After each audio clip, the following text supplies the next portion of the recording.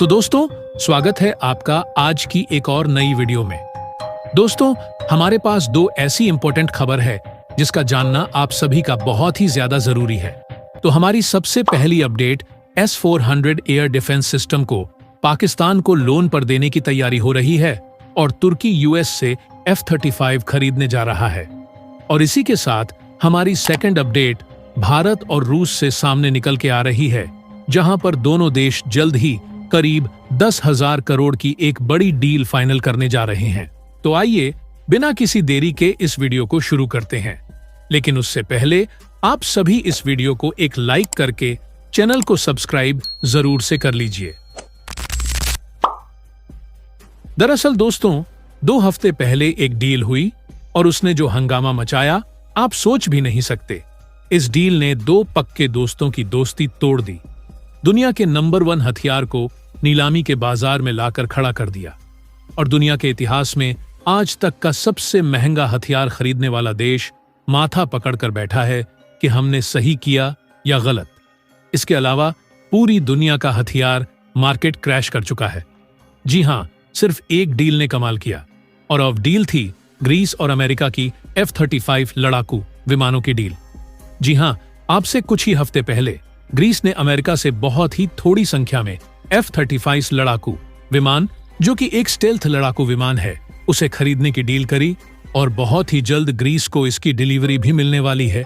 अब आप जानते ही हैं कि ग्रीस का जो कट्टर दुश्मन है जिसके लिए ग्रीस ने ये F-35 खरीदे हैं, वो है तुर्की। जी हां, दरअसल दोस्तों, तुर्की ने हाल ही में रूस से S-400 एयर डिफेंस सिस्टम खरीदा है, जो कि दुनिया का नंबर 1 एयर डिफेंस सिस्टम माना जाता है और बहुत महंगा भी है।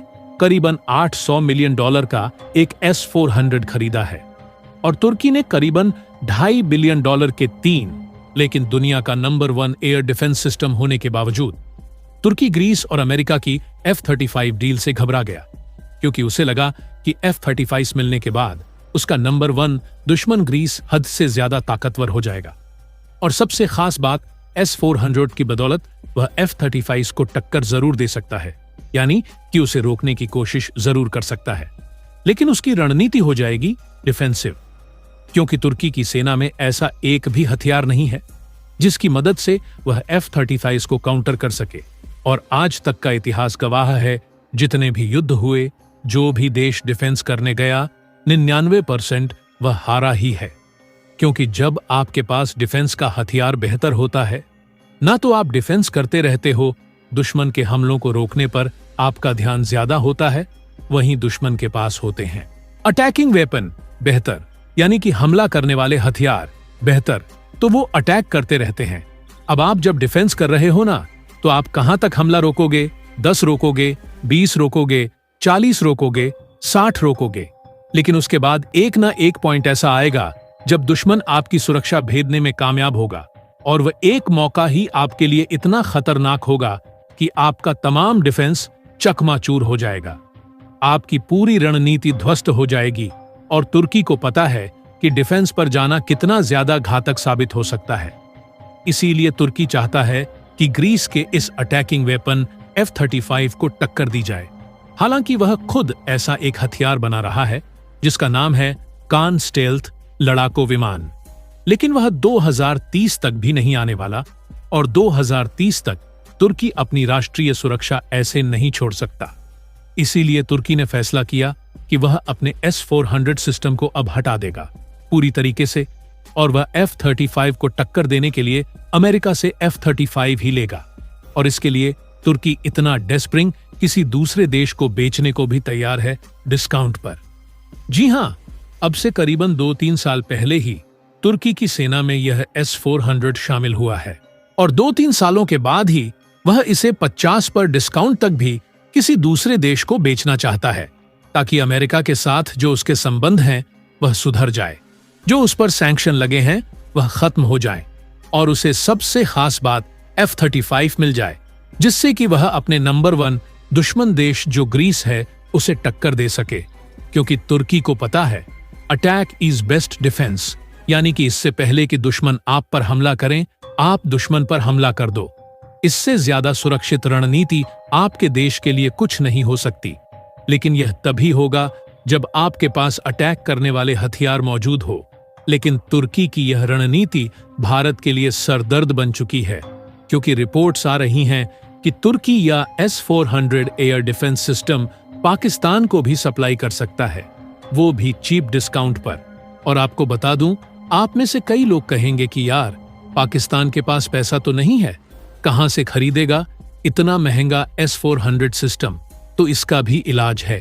पाकिस्तान के पास पाकिस्तान और तुर्की के बीच में डिफेंस क्रेडिट लाइन की फैसिलिटी मौजूद है, यानी कि तुर्की ने एक ऐसा क्रेडिट कार्ड बनाकर दिया हुआ है पाकिस्तान को, जिसकी मदद से वह तुर्की से कोई भी हथियार खरीद सकता है और उसकी पेमेंट वह किश्तों के तौर पर चुकाए तुर्की को। और हाल ही में इस क्रेडिट लाइन का इस्तेमाल भी किया है पाकिस्तान ने। दरअसल पाकिस्तान ने हाल ही में कई सारी ऐसी नौसैनिक शिप खरीदी है तुर्की से, जो काफी महंगी थी। 300-400 मिलियन डॉलर्स की एक शिप थी, लेकिन तुर्की ने वह क्रेडिट लाइन पर पाकिस्तान को सप्लाई करी है। ऐसे में भविष्य में अगर S-400 भी ऐसे ही सप्लाई किए जाए पाकिस्तान को, तो आप आश्चर्यचकित मत हो। वैसे इस खबर पर आप सभी की क्या राय है, वो आप हमें कमेंट करके जरूर बताएं। तो आइए बढ़ते हैं हमारी सेकंड अपडेट की ओर, जो भारत और रूस के बीच में होने वाली कुछ डील्स को लेकर है। तो चलिए शुरू करते हैं।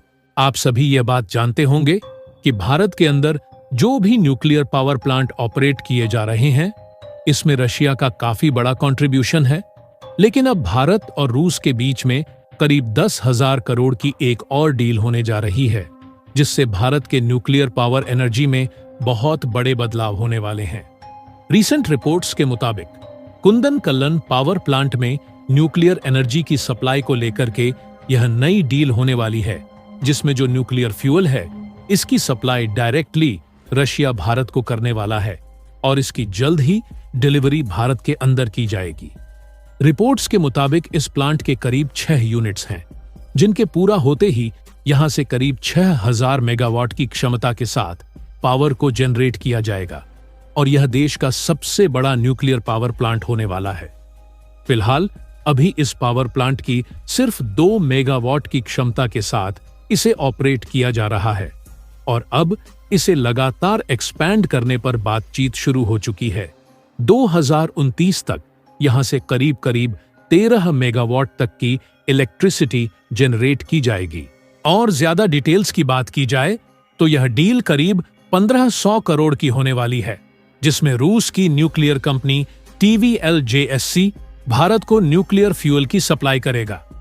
यदि इस पावर प्लांट डिटेल्स की बात की जाए तो यह प्रोजेक्ट तमिलनाडु के नावाली जिले में स्थापित किया गया है, जो चेन्नई से करीब 650 किलोमीटर पर पड़ता है और यहां पर रूस की तरफ से वाटर रिएक्टर टेक्नोलॉजी इंस्टॉल्ड की गई है। तमाम तरीके की इंपॉर्टेंट टर्मिनल स्ट्रक्चर्स और टर्म में लगने वाली तमाम इंटरनल टेक्नोलॉजीज रूस की मदद से ही तैयार की गई हैं। और अब फाइनली एक और बड़ी डील दोनों ही देशों के बीच में होने जा रही है।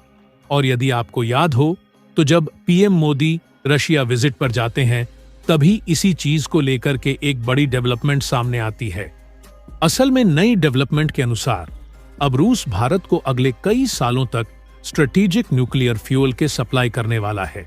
आप सभी को बता दें कि रशिया दुनिया का पहला देश है जिसने इस तरीके की टेक्नोलॉजी को डेवलप किया है। जल्द ही यह टेक्नोलॉजी भी भारत के हाथ में सौंपी जाएगी, जिससे भारत दुनिया का वह दूसरा देश बन जाएगा जिसके पास यह टेक्नोलॉजी मौजूद है। क्या कुछ कहना है आपका? इस पर हमें कमेंट्स में जरूर बताइए। तब तक के लिए बाय।